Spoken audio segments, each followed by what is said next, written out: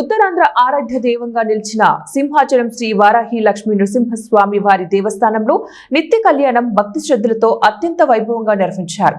ఆర్జిత సేవల్లో భాగంగా అర్చక స్వాములు ఉత్సవమూర్తి శ్రీ గోవిందరాజస్వామిని ఉభయ దేవేరులతో కలిసి కళ్యాణ మండపంలో ప్రతిష్ఠించారు.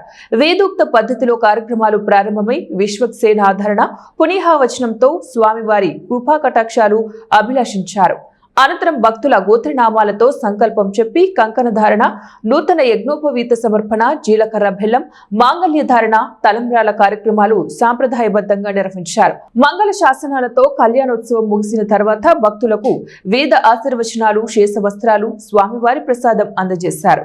అనంతరం స్వామివారి అంతరాలయ దర్శనం కల్పించడంతో భక్తులు పరమానందాన్ని పొందారు.